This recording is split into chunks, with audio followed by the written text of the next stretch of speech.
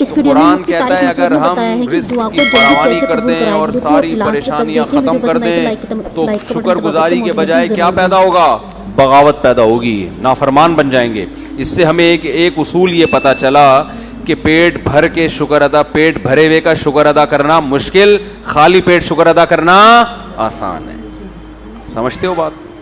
اب ہونا تو یہ چاہیے کہ پھر ہم اللہ سے دعا مانگیں کہ اے اللہ تو ہمیں ٹینشنیں دے دے تاکہ ہم تیرے قریب ہو جائیں، لیکن حدیث میں ہمیں اس سے منع کیا۔ اللہ سے یہ دعا مانگو، اے اللہ تو نے خود قرآن میں کہا ہے قلیل من عبادی الشکور، کچھ بندے میرے ایسے ہوتے ہیں کہ جن کو نعمتیں ملتی ہیں پھر بھی وہ دین پہ قائم رہتے ہیں، ہوتے ہیں لیکن مارکیٹ میں ایسے لوگ کیا ہیں؟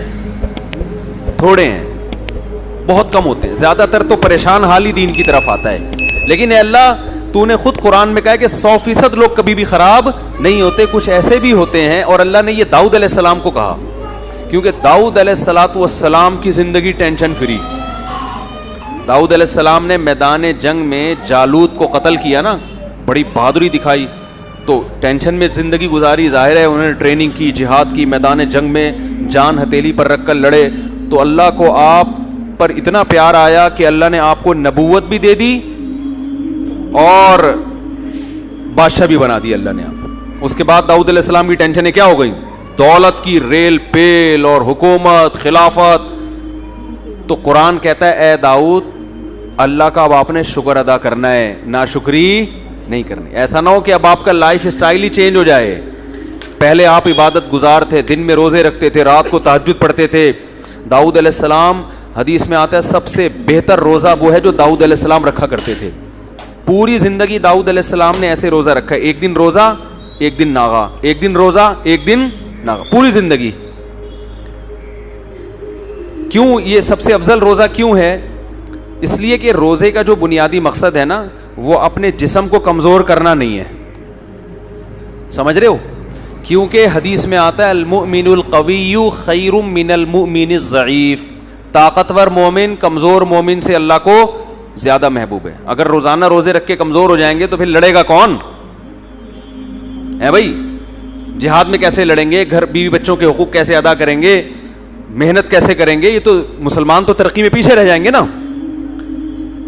اور اگر اس چکر میں کہ کمزور نہ ہو روزہ ہی نہ رکھیں تو یہ بھی غلط ہے، کیونکہ صرف جسمانی طاقت نہیں چاہیے، ہمیں روحانی طاقت بھی چاہیے۔ اور روحانی کہاں سے آتی ہے؟ وہ تو روزہ رکھنے سے آتی ہے۔ روزہ آپ کو خواہشات سے کیا کرتا ہے؟ روکتا ہے۔ روٹی کھانے کا دل چاہ رہا ہے، نہیں کھا رہے آپ، تو آپ میں اپنے نفس کے خلاف ایک قوت پیدا ہوتی ہے۔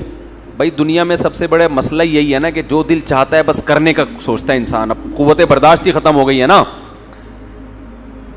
تو روزہ کا مقصد کیا ہوتا ہے؟ خواہشات پہ کنٹرول کرنا۔ علماء کہتے ہیں کہ اگر ڈیلی آپ روزہ رکھیں گے نا تو خواہشات پہ کنٹرول کرتے کرتے اسی کی عادت ہو جائے گی روزے کی، پھر زیادہ روٹی اور ان چیزوں کی طرف دھیان ہی نہیں جائے گا آپ کا، سمجھتے ہو؟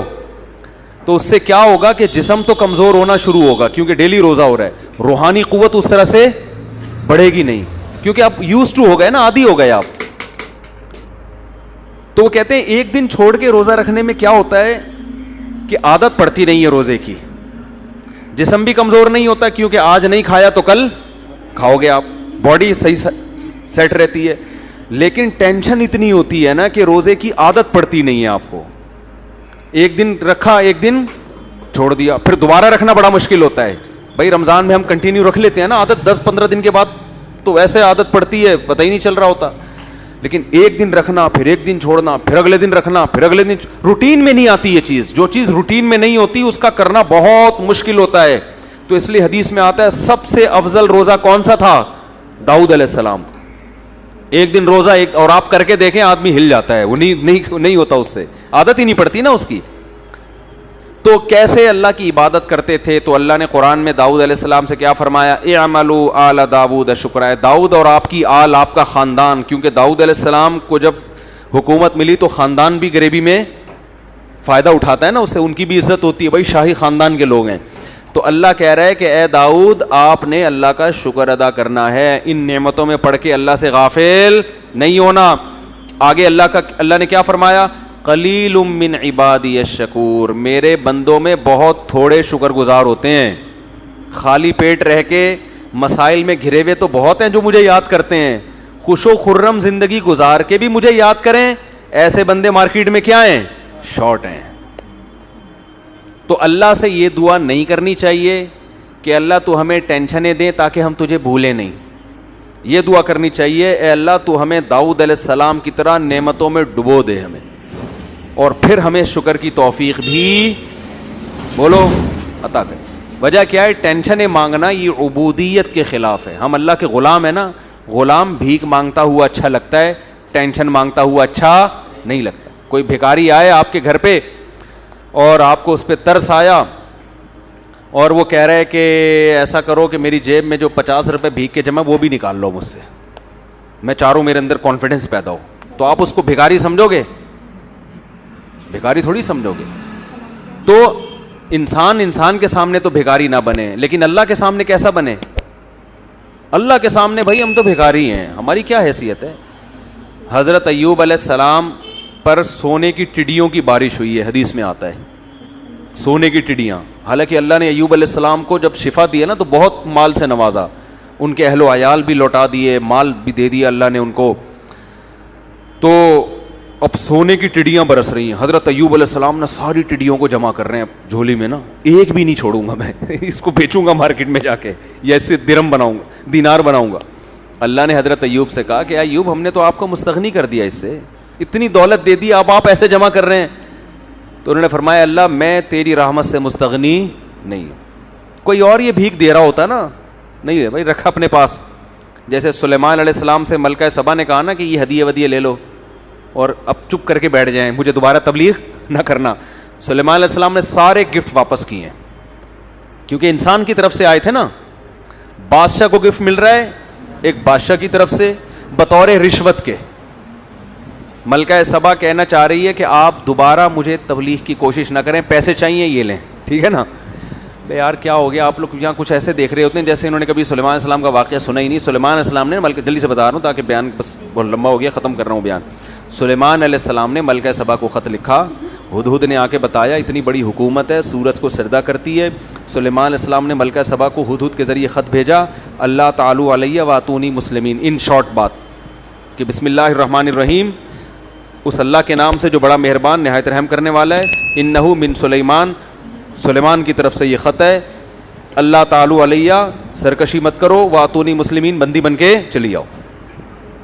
وہ ایک دم ڈر گئی, بھائی یہ کون سا انداز ہے بھائی, یہ تو بہت ہی کوئی پاورفل بادشاہ ہو تو اس اسٹائل میں بات کرے گا نا. بھائی کمزور آدمی تو پوری کتاب لکھ کے بھیجے گا, پھر ایکچولی کہے گا ایکچولی میں آپ سے یہ کہنا چاہتا تھا. ایکچولی جیسے ہم امریکہ سے جب بات کرتے ہیں تو ہم کیسے بات کریں گے, سر پلیز آپ دیکھیے تھوڑا سا بجٹ ہمارے لیے بھی کچھ رکھیں, ایکچولی ہمارے یہاں غربت بہت ہے, ہم بڑی لمبی چوڑی بات کریں گے نا. لیکن انسان کا پاور ہوتی ہے پھر اس کا اسٹائل کیا ہوتا ہے, چینج ہوتا ہے. جیسے وہ ایک آدمی نے کسی کو چاقو دکھایا کہ تیری جیب میں جو کچھ ہے نکال لے, اس نے بندوق نکال لی. اب کچھ کہنے کی ضرورت نہیں ہے, مطلب اب تیری جیب میں جو کچھ ہے اور اگر بندوق جیب میں نہ ہوتی تو وہ کیا کر رہا ہوتا ہے, ایکچولی دیکھیں میرے چھوٹے چھوٹے بچے ہیں یار, میرا ابھی موبائل میں نے خریدا, یہ لمبی چوڑی بات کر رہا ہوگا. تو سلیمان علیہ السلام چونکہ پاورفل تھے تو ملکہ سبا بھی پاورفل تھی, لیکن سلیمان علیہ السلام جتنی نہیں تھی. سلیمان علیہ السلام نے لیٹر بھیجا, اللہ تعالی علیہ, سرکشی مت کرو, وہ اتونی, آ جاؤ, مسلمین, فرما بردار بن کے. تمیز سے باقی ڈسکس ہم کھانے پہ کریں گے, ڈنر پہ ہم بات چیت کریں گے کہ میں نے آپ کو بلایا کس سلسلے میں, ٹھیک ہے نا. تو وہ سلسلہ یہ ہے کہ آپ سورج کی عبادت چھوڑ دو, توحید پہ آ جاؤ. مجھے اللہ نے پیغمبر بنا کے بھیجا ہے اسی کام کے لیے, اسی سلسلے میں نے آپ کو بلایا تھا, سمجھتے ہو. تو ملکہ سبا کو اندازہ ہوا کہ بھائی یہ تو بڑا عجیب انداز ہے ان کا. تو ملکہ سبا نے کیا سوچا کہ شاید ان کو پیسوں کی لالچ والچ ہو, تو میں اتنے قیمتی گفٹ ان کے پاس بھیجتی ہوں کہ دوبارہ اس قسم کا لیٹر نہیں بھیجیں گے. جیسے کراچی میں جب بھتہ خوری چل رہی تھی نا, تو کسی بدماش کا دکان پہ فون آتا تھا, اتنے پیسے لے کے فلاں جگہ پہنچ جا, وہ پہنچ جاتا تھا بیچارہ تھیلا لے کے, سر یہ ہے آئندہ میں خود ہی پہنچا دیا کروں گا, آپ فون کرنے کی زحمت نہ فرمائیں. تو ملکہ سبا یہ سمجھی کہ شاید یہ بھی معاذ اللہ لالچی ہیں, ان کو پیسے ویسے چاہیے. تو جب وہ آئے نا ہدیے ودیے کروڑوں روپے کے ہدیے لے کر. تو سلیمان علیہ السلام نے یہ نہیں ایوب علیہ السلام کی طرح سارے ہدیے جمع کر لیے, لاؤ بھائی شاباش بھائی گودام بھرے بھائی, چل گودام کا دروازہ کھول, مال لوڈ کر. ایوب علیہ السلام تو یہی کر رہے تھے نا کہ وہ چادر میں ساری ٹڈیاں جتنی بھی گری ہیں کہ ایک بھی نہ رہ جائے, ساری جمع کرو, ایک بھی نہیں چھوڑوں گا. تو سلیمان علیہ السلام بھی تو یہ کر سکتے تھے نا کہ بھائی سارا مال جمع کرو, نہ کیونکہ وہ انسان کی طرف سے تھا نا, اور بادشاہ کی طرف سے تھا, ایک ملکہ کی طرف سے اپنی دھونس جمانے کے لیے. تو کہہ رہے ہیں بھائی سلیمان علیہ السلام نے الفاظ کیا کہے, ارجع الیہم, کہا کہ فلن اتمدوننی بمال, پیسے دینا کہ میری مدد کرنا چاہتے ہو, فما آتانی اللہ خیر مما آتاکم, میرے رب نے جو مجھے نعمتیں دی ہیں وہ تم سے بہتر, میں تمہارے ٹکڑوں کا محتاج نہیں ہوں. دیکھو انسان جب انسان سے بات کرے تو اس اسٹائل میں بات کرے, بڑوں سے نہ شروع کرتے ہیں, ابا سے کہیں ابا آپ کو پیسے دے رہے ہیں, ابا میں آپ کے ٹکڑوں کا, چھوٹوں کی اپنے جیسوں سے. جو محبت سے گفٹ دے رہا ہوں وہ تو ٹھیک ہے, لیکن جو دھونس جمانے کے لیے دے رہا ہوں نا, تو خریدنے کے لیے آپ کو اس کے ساتھ یہی اسٹائل ہونا چاہیے. ابے اللہ نے ہمیں بہت کچھ دیا ہے, تمہارے ٹکڑوں کے محتاج نہیں ہے, سمجھتے ہو. تو سلیمان علیہ السلام نے کیا فرمایا, ما آتانی اللہ خیر مما آتاکم, میرے رب نے جو مجھے دیا ہے وہ تمہاری نعمتوں سے بہت زیادہ. بل انتم بہدیتکم تفرحون, اصل بات یہ ہے کہ تم اترا رہے ہو, دھونس جمانا چاہ رہے ہو کہ ہمیں اتنا ہمارے پاس ہے, شو بازی میں آئے ہوئے ہو. پھر کہنے لگے ارجع الیہم, قاصد سے کہا واپس چلا جا آرام سے, اور اب خط نہیں آئے گا, اب خط نہیں آئے گا. فَلَنَأْتِيَنَّهُمْ بِجُنُودٍ لَا قِبَالَ لَهُمْ بِهَا, اب لشکر آئے گا اور ایسا لشکر لے کے ملک سبا پہ حملہ کروں گا کہ یہ اس کا مقابلہ نہیں کر سکتے. وَلَا نُخْرِجَنَّهُمْ مِنْهَا أَذِلَّةً, سب کو رسوا کر کے ملک بدر کر دوں گا میں. وہ ڈر گئی بھائی, یہ پیسوں کی لالچی نہیں ہے. تو یہ جو انداز سلیمان علیہ السلام کا تھا یہ تکبر نہیں ہے, اس کو کہتے ہیں استغنا, کہ مخلوق کے سامنے بھکاری پن نہیں دکھانا. اور ایوب علیہ السلام کو ٹڈیاں جو دے رہی تھی ملکہ سبا نہیں دے رہی تھی, وہ کون دے رہا تھا, وہ آسمان سے گر رہی تھی اللہ کی طرف سے, تو ساری جمع کر رہے ہیں. تو اللہ نے کہا کہ اے ایوب کیا ہم نے آپ کو مستغنی نہیں کر دیا, ہم نے تو بہت دولت دی آپ کو. تو ایوب علیہ السلام نے کہا اے اللہ میں تیری رحمت سے مستغنی نہیں ہوں, جتنا دے میں بھکاری ہوں. اب بھکاری کو آپ پیسے نکال کے دیتا رہو نا, 6 مہینے کھڑا رہے گا, جائے گا نہیں وہاں سے, بلکہ جتنا دو گے نا کہے گا اور دے دو. تو اللہ کو مخلوق, ہم سب فقیر ہیں اللہ کے در کے, تو اللہ کے سامنے یہ کہ میں کیا بھائی, جو کچھ دیا اللہ نہیں دیا تمہیں تو اور دے دو. موسیٰ علیہ السلام نے بھی یہی موسیٰ علیہ السلام کے ساتھ بھی ہوا. موسیٰ علیہ السلام نے جب 2 بچیوں کو پانی پلایا کنویں پہ, مسافر تھے, کوئی قسم پرسی کی حالت میں تھے, نہ کوئی ٹھکانہ ہے, نہ کھانے کا انتظام, نہ کوئی ملازمت. تو 2 لڑکیوں کو پانی پلایا, تو اب ان کے دل میں خیال ہوا کہ اگر ان میں تھوڑی سی حیا ہوئی, غیرت ہوئی, تو ہو سکتا ہے یہ اپنے والد سے بتائیں اور والد مجھے اس کی اجرت دے دیں, پیسے دے دیں. بہت اہم ٹیکنیکل پوائنٹ ہے, اس کو سمجھیں کہ ہو سکتا ہے ان کے ابا میرے لیے کوئی پیسوں کا اجرت دے دینا کہ تم نے میری بیٹیوں کی خدمت کی ہے. امکان تھا نا. اب ہونا تو یہ چاہیے تھا کہ بھئی جا کے ان لڑکیوں سے کہہ دیتے دیکھو میں مسافر ہوں, میں نے تمہیں پانی پلایا ہے اور مجھے بھوک بھی لگ رہی ہے, نہ میرے پاس کوئی ٹھکانہ ہے, تو تم نے بتایا تمہارے ابا بوڑھے ہیں, تو ابا سے جا کے بولو کہ کچھ تھوڑا سا روٹی پانی کا انتظام ہو جائے. ہونا تو یہ چاہیے تھا نا. لیکن موسیٰ علیہ السلام نے ایسا بولو نہیں کیا. کیوں؟ اس لیے کہ اس سے یہ میسج جاتا کہ لیبل خدمت کا ہے مگر اس کے پیچھے اپنا مفاد ہے. 2 پوائنٹ ہیں, بس یہ بات کر کے بیان ختم کرتا ہوں, بہت اہم پوائنٹ ہے. دیکھو موسیٰ علیہ السلام جب گئے نا ان لڑکیوں کے ابا سے ملے, بعد میں جا کے ابا نے کہا کہ آپ 10 سال بکریاں چراؤ, یہ خدمت آپ کرو گے, اس کے بدلے میں میری بیٹی آپ کے نکاح میں. یہاں موسیٰ علیہ السلام خدمت کا معاوضہ لے رہے ہیں کہ نہیں لے رہے؟ بولو نا. سیدھا صاف کہہ رہے ہیں کہ میرا مہر یہ کہ 10 سال میں بکریاں چراؤں گا, لیکن آپ کی بیٹی میرے نکاح میں آپ کو دینی ہے, یہی مہر ہے. یہاں خدمت کا معاوضہ لے رہے ہیں, اور وہاں خدمت کی ہے تو 1 روپیہ نہیں مانگ رہے, دونوں میں فرق کیا ہے؟ بات آ رہی ہے سمجھ میں؟ فرق یہ ہے کہ وہاں خدمت میں ظاہر یہ تھا, لیبل جو لگا ہوا تھا خدمت برائے خدمت کا لیبل تھا, کیونکہ جب دیکھا کہ 2 بچیاں پیچھے کھڑی ہوئی ہیں تو حضرت موسیٰ کو ان پہ ترس آیا اور ان کے پاس جا کے پوچھنے لگے ما خطبکما, بھائی رش لگا ہوا ہے, لوگ اپنی بکریوں کو پانی پلا رہے ہیں, پانی نکال رہے ہیں, تم دونوں یہاں کیوں کھڑی ہوئی ہو؟ انہوں نے کہا ہمارا بوڑھا باپ ہے, وہ آ نہیں سکتا اور مردوں کے رش میں ہم جا نہیں سکتے. تو اس وقت موسیٰ علیہ السلام نے یہ نہیں کہا تھا کہ ٹھیک ہے میرے روٹی کا انتظام کر دو تو میں ڈول بھر کے دے دیتا ہوں, وہاں یہ نہیں کہا. وہاں خدمت ہو رہی ہے اور لیبل بھی خدمت برائے خدمت کا. یہ شو کیا جا رہا ہے کہ مجھے تم پہ ترس آ رہا ہے, اور حقیقت میں یہی تھا, مجھے تم پہ ترس آ رہا ہے, تمہارا نمبر تو 6 گھنٹے کے بعد آئے گا, کوئی بات نہیں میں خدمت کر دیتا ہوں, میں لا کے تمہیں ڈول دے دیتا ہوں. ڈول سے پانی نکال کے ان کو دے دیا, جاؤ بھائی اپنے گھر جاؤ. تو وہاں چونکہ خدمت کا لیبل خدمت کا تھا, وہاں دل میں یہ لالچ رکھنا جائز نہیں تھا. جیسے کہ آج کل لوگ خدمت کر رہے ہوتے ہیں کسی بوڑھے کی, مقصد ہوتا ہے کہ کوئی وصیت لکھ کے چلا جائے ہمارے نام, باس کی خدمت ہو رہی ہے لیکن مقصد ہے کہ ہماری تنخواہ بڑھا دے, چاپلوسی ہو رہی ہے. اماں کے پاؤں دبائے جا رہے, بیگم کے ساتھ بہت اچھے بن گئے, نیت یہ کہ دوسری شادی کی اجازت دے دیں. بعض جب مرد دوسری کا ارادہ کرتا ہے نا بیگم کے ساتھ بہت اچھا سلوک شروع کر دیتا ہے, وہ عورتیں سمجھ جاتی ہیں اس کے ارادے نیک نہیں ہیں.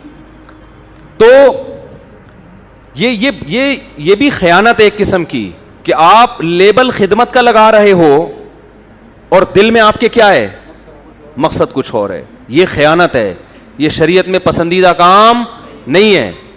تو وہاں موسیٰ علیہ السلام نے لیبل چونکہ خدمت کا لگایا تھا, اس لیے ان سے نہ روٹی کا مطالبہ کیا, نہ یہ کہا کہ میں مسافر ہوں میرے لیے کوئی انتظام ہو جائے رہائش کا, کچھ ایک حاجت بھی ذکر نہیں کی.